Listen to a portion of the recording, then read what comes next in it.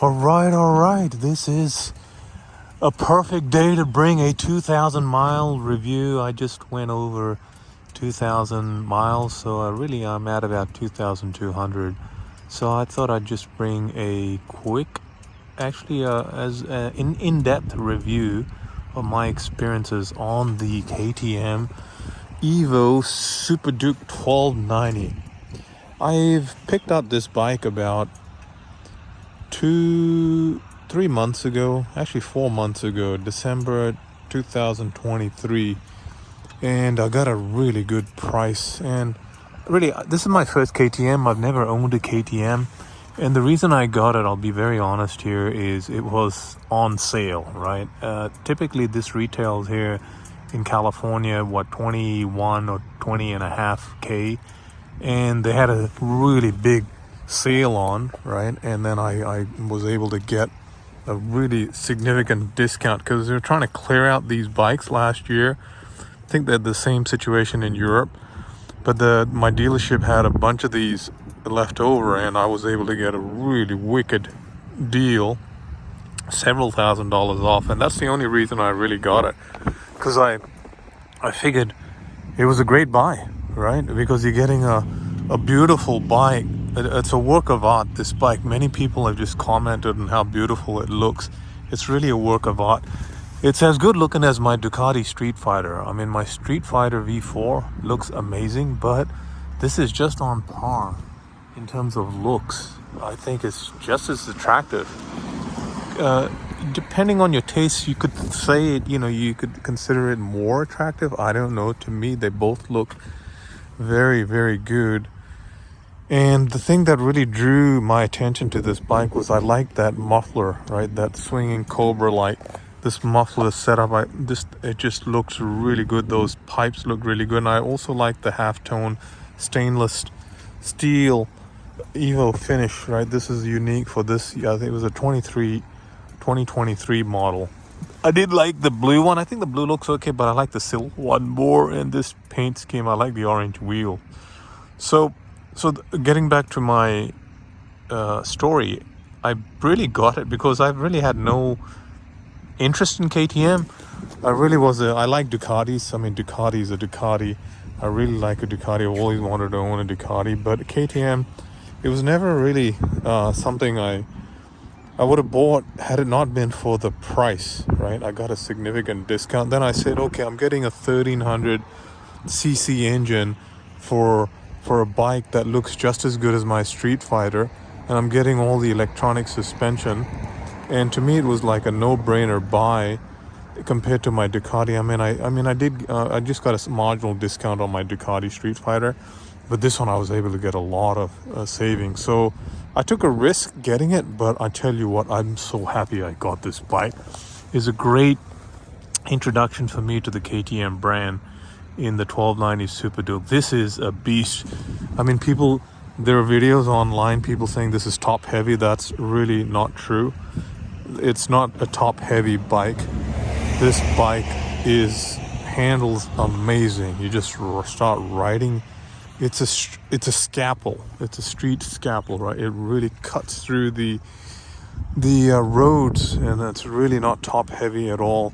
And really, the most surprising thing about the bike is, extremely surprised that I did a trip last week. I did a 450 mile round trip last week, 211 miles each way I went all the way from California all the way to Nevada, Carson City.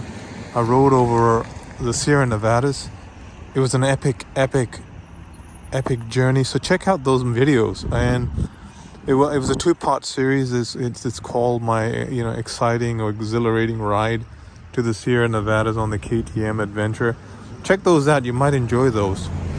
But really, getting back to my point, the surprising thing about the bike was it averaged about 50 miles per gallon. Can you believe it? This is a super bike with 180 horsepower, and it averaged over 50 miles per gallon, which just blew my mind away, because that is similar to the V-Strom that I used to own and the Tenere 700, which were my most fuel efficient bikes, which I was getting The V-Strom I was getting about 60 miles per gallon. In the Tenere 700 I was getting about 55 miles per gallon, and this one got 50. I just couldn't believe it. And the reason why I was able to get such a good mileage on this is because it revs low. It's got a lot of power and torque, and it revs, so if you're pulling 60, 70 miles or 80 miles an hour, you're between anywhere from 3 to 4,000 revs.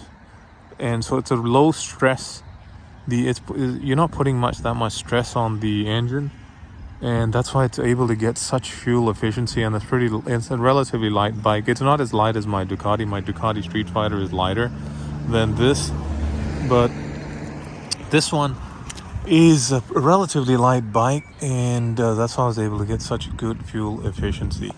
Now, the thing that I don't like about this bike, I mean, in terms of, so there's one thing that really I didn't enjoy about the bike, is that's really, with naked bikes, you get a lot of wind pressure on your chest, and this one is not wind friendly at all. There's a lot of wind piling up on your chest. That's why I put that windshield on. So that's really helped out. It's really helped me out. So I put that on now. It's like I will be able to do my long distance adventures without significant fatigue on my chest and on my head. The other enhancement that I did on this bike was I put on that exhaust. I put on the Leo Vinch exhaust, and I didn't like the way the stock exhaust sound. There was just absolutely no noise. I mean, the best sounding exhaust that I ever had in any bike is my Ducati Street Fighter V4 with the Desmo engine and the stock exhaust. That exhaust sound note on that V4 sounds the best, and it makes so much noise. But this one was relatively quiet, so that's why I put on this custom slip-on.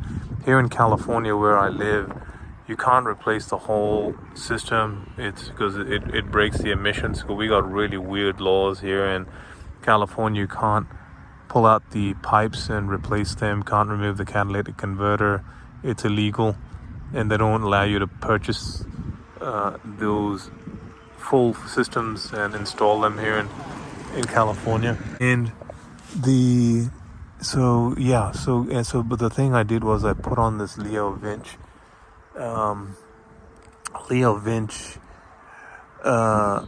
slip-on, and it makes the bike sound so much better. It makes it sound so much better.